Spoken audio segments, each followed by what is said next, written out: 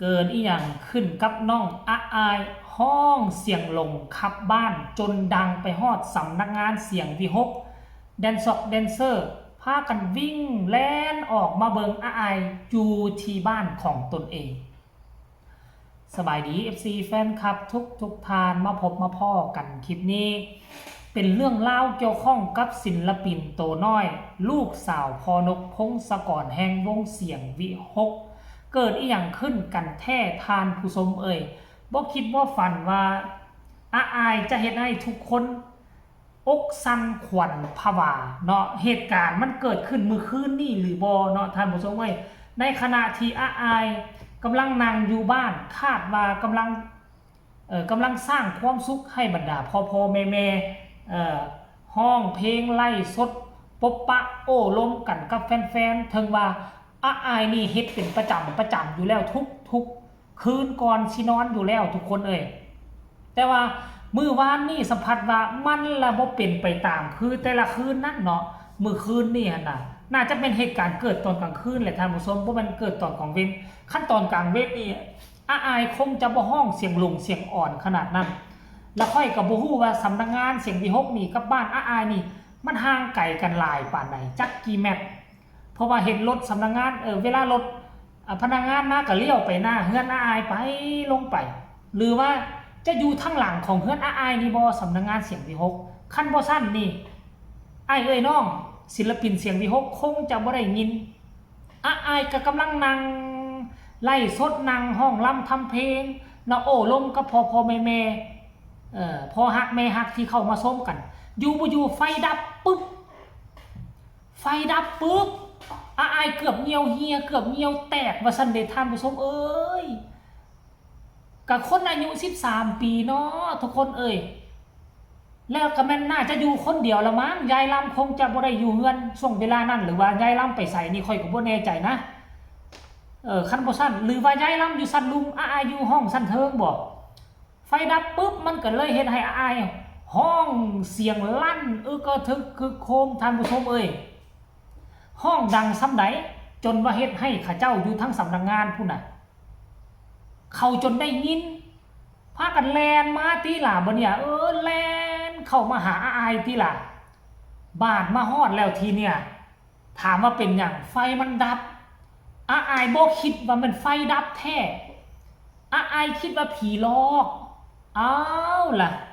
อยู่เฮือนของเจ้าของแท้ๆมันก็สิมีผีอยู่บ่ล่ะอยู่มาเป็นปี2ปีแม่นบ่ล่ะ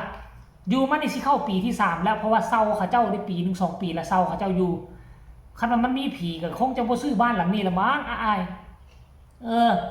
เขาเจ้าก็ด้วยความเป็นห่วงบัดแลนมาล่ะถามข่าวถามเราไฟดับซื่อๆไฟดับถ้าจะข้าวนึงไฟมันก็มาบาดเนี่ย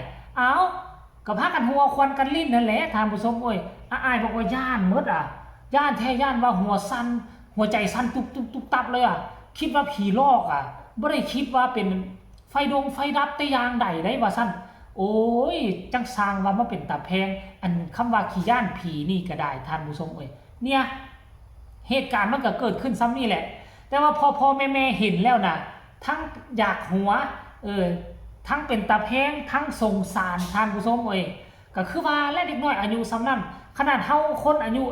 20-30 ปีขั้นกรณีว่าอยู่เฮือน2สั้นผู้เดียวนี่กำลังเฮ็ดกิจกรรมอยู่กำลังเฮ็ดหันเฮ็ดนี่อยู่แล้วไฟดับแบบบ่มีปีมีคุยเฮาก็สงสัยและบางคนก็ได้ก็ตื่นตระหนกตกใจมันก็จะเป็นเรื่องปกติเรื่องธรรมดาหั่นแหละท่านผู้ชมเนาะมีคลิปสั้นๆอยากจะให้ทุกคนไปชม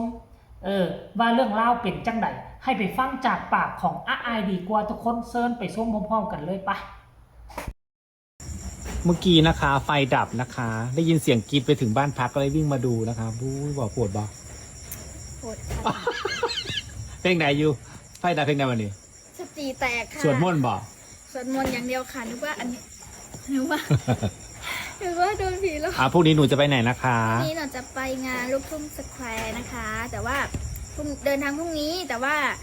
งานวันที่2นะคะโอเคแม่ที่อยู่กรุงเทพนะคะสามารถมาให้กำลังใจอีหลาพี่แพรวพ่อเจมพ่อจ๋าได้นะคะ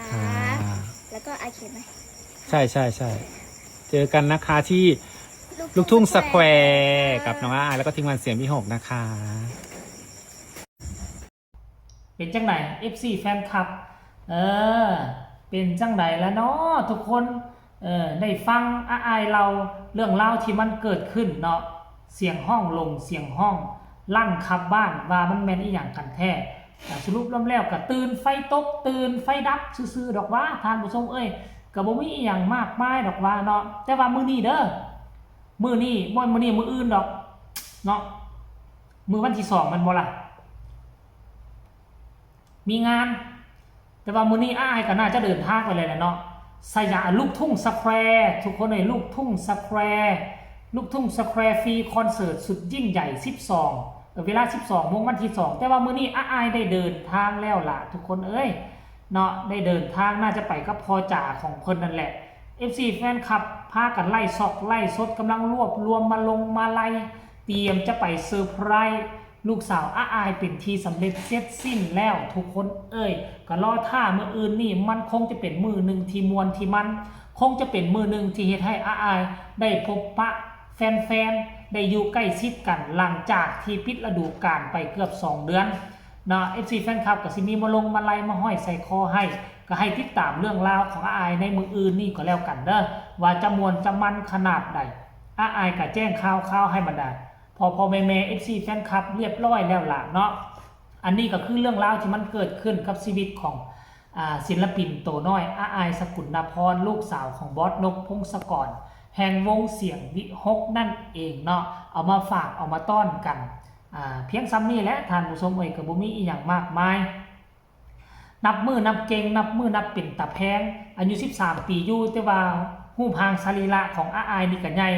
เกือบว่าเป็นสาวเกือบ14-15 ปีเนาะปีหน้านี่ใหญ่ขึ้นอีกตืมโอ้โหความสวยความงามบ่มีทีติจักสิหาคนมาเปรียบเทียบกับอาอายได้บ่ถือว่าเก่งสามารถห้องลำเต้นตลกเป็นมัดเพลงทุกแนวถือว่าเป็นมัดเลยนะท่านผู้ชมคนแบบนี้นี่หายากเป็นตาฮักเป็นตาแพงสมพอดอกคนทั้งสองฝากฟังแม่น้ำโขงบ่ว่าจะลาวจะไทยแห่แห่กันมาติดตามเพราะว่าน้องมีความสามารถและก็เป็นคนน่าฮักอยู่ในตัวเอาฝากฟังเอาไว้ซ้ำนี้อีกคลิปนึงก็แล้วกันเด้อท่านผู้ชมขอให้ทุกคนกดไลค์กดแชร์กดติดตามที่สำคัญอย่ากดข้ามโฆษณาเนาะเบิ่งให้แน่จักเล็กจักน้อยขอคนละ1 ไลค์1 แชร์กับเพียงพอแล้วล่ะเนาะใครมีคำคิดคำเห็นอยากส่งข่าวหาอ้ายก็สามารถส่งมาได้ทางใต้คอมเมนต์สำหรับคลิปนี้ลาท่านผู้ชมไปก่อนสบายดี